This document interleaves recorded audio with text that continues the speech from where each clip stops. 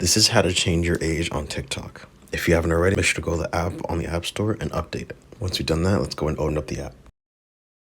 All right, once you've done that, we can hit our profile in the bottom right to open up our profile page. Now from here, we're going to hit the lines in the top right. We're going to settings and privacy. All right, we're going to scroll down until we see report a problem. We're going to press that. We're going to go to account and profile. You're going to see a few options here, and all we care about is editing profile. So we're going to press on that. It's going to open up another few options, and none of these we really care about, so we're going to hit other. This tab opens up, and we're going to press need more help right here. And right here in this text box, you're going to say something under the lines of, or something like that. Give your own example. Hit submit.